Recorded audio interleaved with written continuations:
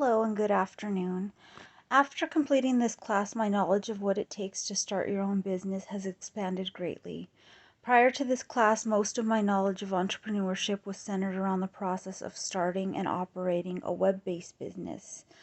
I had my own web-based business, which was a clothing boutique from 2012 to 2013. Unfortunately, I had to give up the business because I had my hands full with work, school, a 6-year-old, and a baby. From that experience, some of the things I was already familiar with was identifying and targeting the desired demographic, designing the website,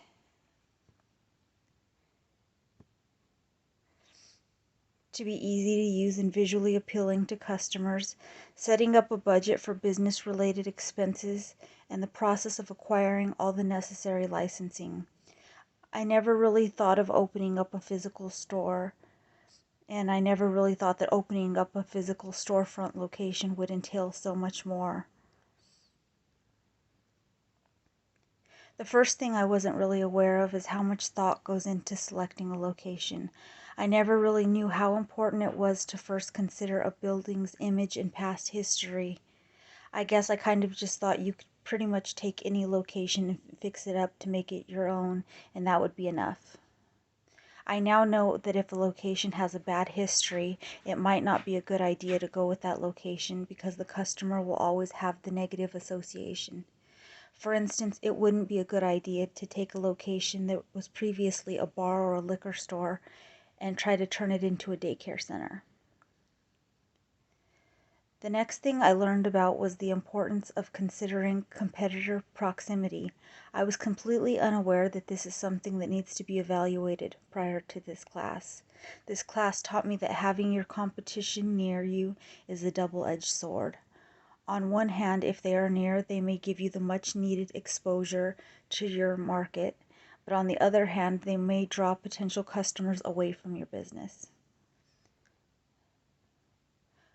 I also never realized how important foot traffic is to most businesses. And finally, I never realized the number of regulations that are covered by zoning laws.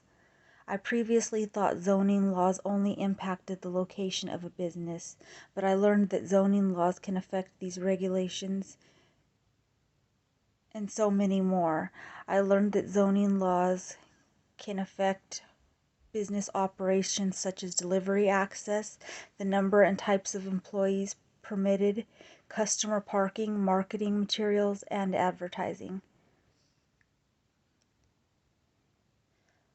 All in all, this course has taught me a lot about entrepreneurship, and I would definitely consider starting my own business.